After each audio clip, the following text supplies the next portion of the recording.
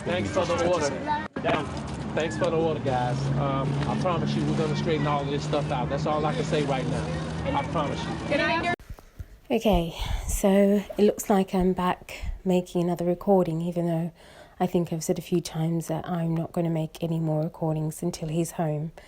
But it seems that every time I stop, something happens. So this one I think needs to be done, because otherwise there's going to be a lot of misinformation out there. And at least if I make this recording, you'll have the true story and the true facts straight from him and straight from me.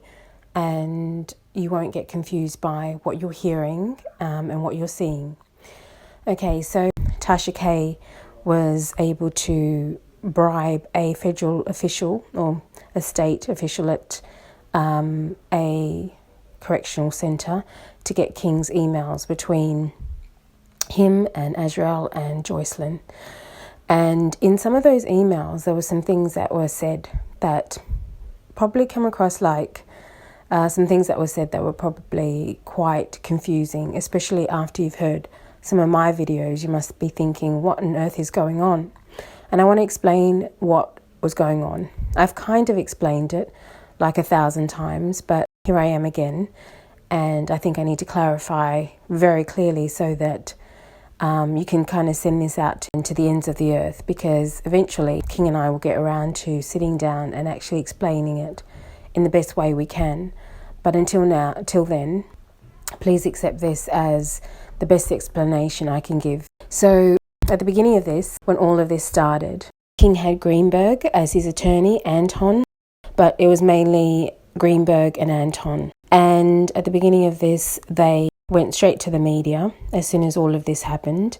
And when the media asked them, well, they didn't go straight to the media, but when the media asked them about Joycelyn and Azriel, they were quick to say, oh, they're his living girlfriends and they're happy and they run the house, and to concoct all this elaborate description of what was going on and embellish and assume and make up a story, I guess. And in their minds, they were kind of, I think they'd convinced themselves that that was the reality, but they'd not fact-checked exactly what was going on, and they'd not actually sat down and asked him what is actually going on here. And they didn't care. To them, it was all about building a defence. And to them, they thought saying that they're his girlfriends, well, I guess I can't get into their heads, but in their minds, I guess they thought that this would be a great defence for him. So that's what why they ran with that story. Now, imagine if you're in King's position and you're afraid for your life, and your attorneys have gone to the media and said all of this, and then and made these statements and kind of convinced you that's probably the best way to defend yourself in court, without actually asking him what the relationship was, if there was a sexual relationship, and if in fact anything ever happened. Meanwhile, please bear in mind that Azriel and Joycelyn were living at the studio until closer to his arrest. Okay, his first arrest. I'm not talking about his last arrest where he was still in jail. So they were living at the studio and only moved, I believe, just before or just after he was first arrested. And there was it was actually around the time Surviving R. Kelly had launched the first episode, and there was a lot of talk about the women living at the studio, and it was mainly for their protection and safety. And they lived in a hotel room separate from them, a hotel apartment separate from him, and it was in Azriel's name. So that was the situation there. But there wasn't anything going on. It was purely for their protection. Fast forward to when he and I were official. We were friends at that time. We became official at some stage, and I'm not going to get into the dates exactly, but I will say this, that as soon as we did become official and we decided to be exclusive, the first thing I did was deal with that situation, and I did say to King that it was time for them to go and they really need to go home, because I didn't want the slander around him anymore. I didn't want the false perceptions, and I knew that both of them were infatuated with him, and it was not going to be a good situation for him or for them. So King, after some time, I don't know how, it wasn't even that long at all. I think within immediately, he convinced them to leave. But there was a lot of fighting in the background. They definitely fought him about it, maybe even cursed him out. And so they didn't go happily. But he gave them enough money to get home. And they went home to Florida. Okay, but they didn't stay there. What they did is they spent all their money. I don't know what they did. Maybe got, I don't know what they spent the money on. But they ended up in a refuge type situation. Now, before King was arrested, there was no one there. So for months, there was no one there. It was just me and him. And then he was arrested. And so Joycelyn and Azriel were not around him when he was arrested in July. So what Tasha K said is a complete fabrication. He was not going to marry Azriel because she wasn't even there. And in fact, King had actually sent Azriel home to her family. So it's impossible. And he had no feelings for her. It was completely a platonic family type situation. It was not at all a love relationship with either of them. And they knew that. This is the thing. Both of the women had an understanding of that until his attorneys decided to embellish the situation to the media. That's where the problem started, because King was all of a sudden thrown into a position where he had to fall into this role with them, because that was the expectation. And he was kind of convinced covertly by his attorneys that that was the defence they were going with. That's what he had to stick with. And so he did play that role for a time, and I think that's where the letters came in, because, of course, he was very aware that they were listening into everything. And so he was kind of playing them at their own game. But also, Joycelyn was aware that it wasn't real.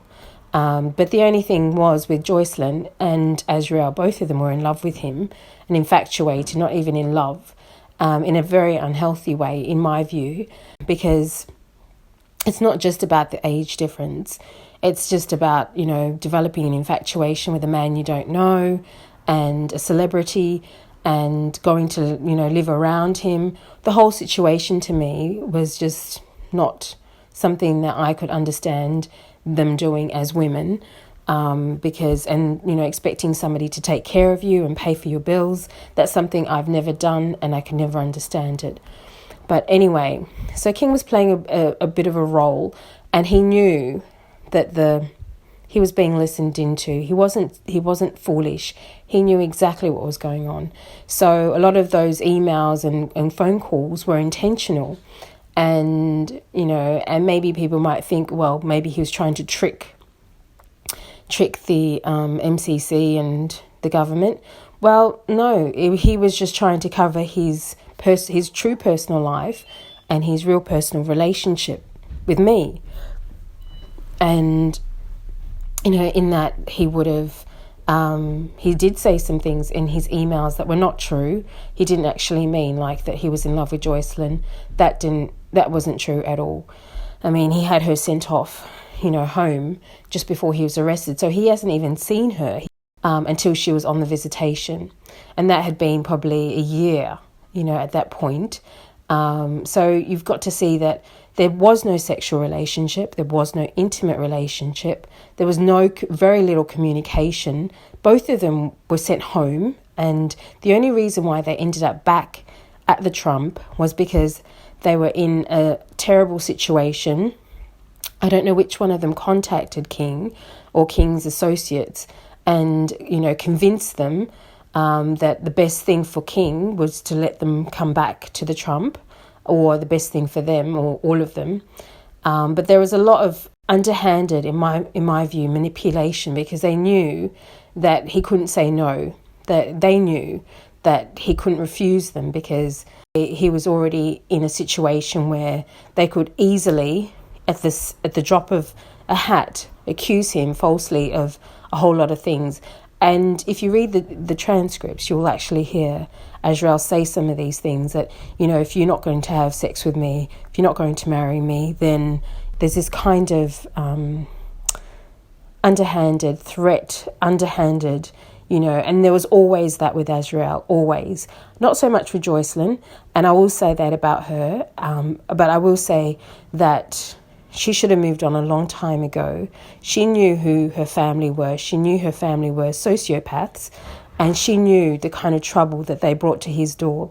And I was so angry that she kept bringing that around him. Because if you actually care for somebody, you don't bring that kind of thing around them. You don't put them in a position where they get arrested for something they never did. And you don't stay quiet about it. All this time she has stayed quiet about what Azriel did and didn't do. And to me, it makes me furious, because if you care about somebody, you'll do what I do, which is be out here and you tell the truth. You don't let people believe that he slept with you. You don't let people believe that he slept with Azriel. You actually go out and you put yourself on the line and you say, this is what happened. This was the real situation. I kind of made it up because I was chasing clout, which she's admitted in the tape, which I've already got up. So you can look at that video. So that's what you do when you care about somebody. You tell the truth. And so there's a lot of people not telling the truth around King and putting him in a position where he was almost forced to play this role with her in jail, because here he is. Greenberg has her on his bond claim as his living girlfriend, and if you remember, he had bond claim after bond claim, bond motion I should say, after bond motion, and he did actually ask to remove her name off his bond motion, but you have to know that on the other side of that was me trying to talk to Greenberg to get him to stop, and King on the other side of that asking him to remove her name. But not just that, Greenberg not listening to me, who was trying to explain all of this that you're now hearing. And I had said it numerous times, but he didn't want to hear it. And he kept putting those motions in with her name on it. So that was at that time, a lot of these emails were written. So you got to know that he was not in a position or the kind of right state of mind where, you had COVID that just hit the jails, and he did suffer from PTSD at that time. PTSD, which is post-trauma stress, and it's extreme, and it causes you anxiety and to panic. So there was a lot of that going on for him. COVID just hit our shores, and so he was afraid for his life. Like, he was afraid he was going to die in the jail with this COVID. And that the government didn't care. They were trying to frame him as this person that he wasn't, as a mob boss and a predator. And then you had bail motions constantly rejected, because of that. And, it was just convoluted. And the biggest problem was that his attorneys never fact-checked. They tried to use these two women as a defense for him, and it backfired because it put him in a position where he had to play a role that he wasn't comfortable with. He had to, he had to hide who he was, what was really going on for him. And he didn't feel like he had a choice, because what choice do you have when you're in that situation and your attorney's on the outside, you're inside jail, and they're telling the media and everybody else these stories, and they've already painted this picture with these two women that's false, and you're in jail trying to get out, trying to get bond, trying to fight for your life, trying to fight for your freedom. So there's a lot in here that people don't understand. So don't take things by face value. All I can tell you is they were not around when he got arrested. So what Tasha K said, that he was going to marry Azriel and now he's going to marry Joycelyn, that's all false. It's all BS. She makes up stories so that they fit her narrative, and they're salacious and they're interesting, but it's complete BS. Because when you understand that they were not around him, they've not been around him, this whole story of, they tried to sell them to him. That's not true. What they were trying to do is extort him. You know, when you use the word sell as opposed to extort, it's a whole different thing. The parents were trying to extort him to keep them. That's a different thing. They were trying to threaten him and coerce him into having them stay with him and be his girlfriends and even be his wives. And he wasn't interested. He never touched them. And Azriel said this in her letters. You can read the transcripts. He said very clearly, she said very clearly, well, he never touched her. She said very clearly that he never tried anything with her and he wasn't interested. But people tend to skip over that, you know, and they focus on the salacious details or the things that they think are interesting. But what about that? You skip over something so important, but you've got to put it all together. If you never tried anything with her, no matter how much she begged, then you've got to see that, you know, and then you've got the recording of Joycelyn saying that she lied about things happening with him. You know, and now I'm explaining it to you from another perspective. Put it all together. You know, don't just say, well, they're these emails, so that must be right. Use your logical brain, use your common sense, and put it all together. You know, you don't need to believe me, but just put it all together. What I'm telling you, you know, TMZ reported that they thought that they were in a shelter. Look this up. You know, at the time he got arrested, there was a video made with the two of them, and they were trying to deny that they weren't there. They were trying to deny that they were in a shelter. And that's actually on TMZ. And that was around July when he got arrested. So I'm not making this up. And you can probably see in the video, somebody actually spotted "welcome home." And so you can actually see that what I'm telling you does fit what's out there as evidence. But you have to listen to what I'm saying, and you have to listen to what's coming out in the transcripts. And eventually, you know, me and King are going to sit down and explain this properly together, because I don't have him here to explain what he was going through fully. I can only give you half of it, and with some idea of what he was dealing with. But, you know, you have no idea when you're fighting for your life and you suffer from anxiety sometimes. And, you know, and at the time, I mean, he has overcome a lot of that anxiety. But at that time, when he was hit with so much, it's too much for somebody to bear. Imagine all these false stories and all of these false accusations hitting you all at once. You know, people should forgive him for not being the model human being at that time and playing that role with Joycelyn and Azriel, even though they knew that it wasn't real, because they had not been around him. I mean, it only took a deluded mind like Azriel to think that, you know, he would marry her after asking her to leave and sending her home and not seeing her for many, many months.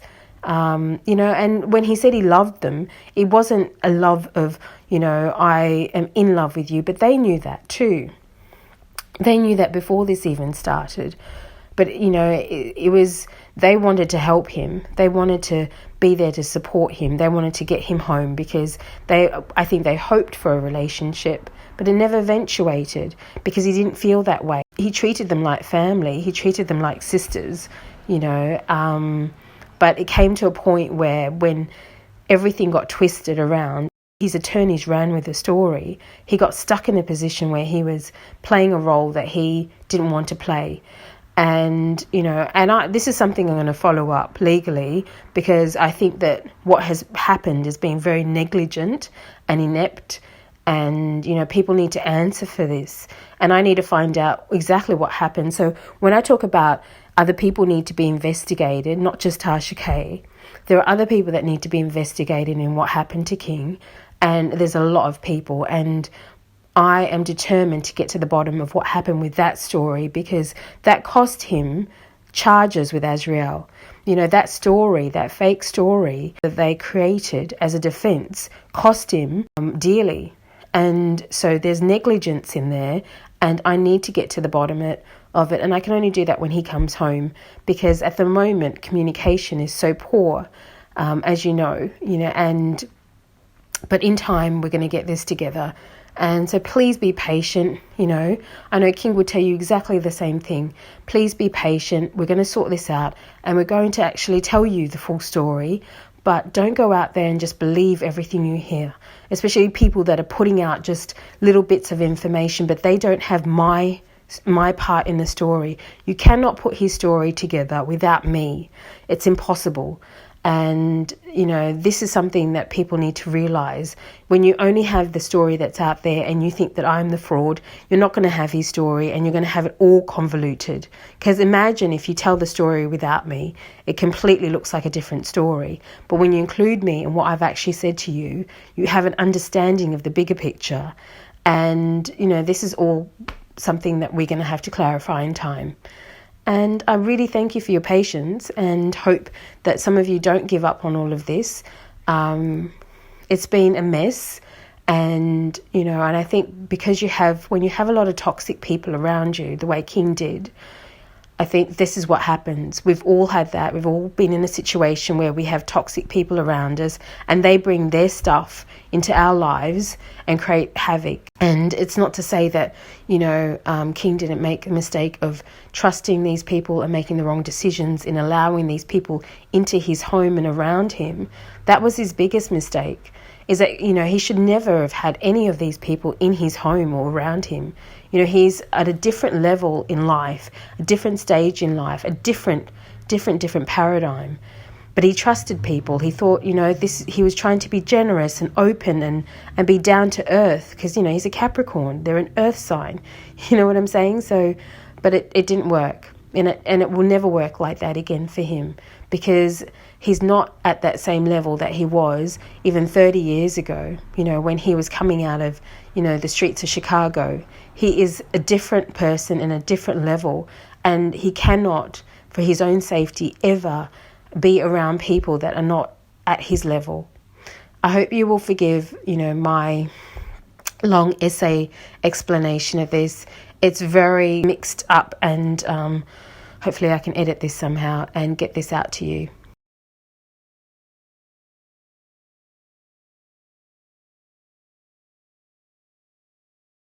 Thanks for the order. Thanks for the order, guys. I promise you we're going to straighten all of this stuff out. That's all I can say right now. I promise you.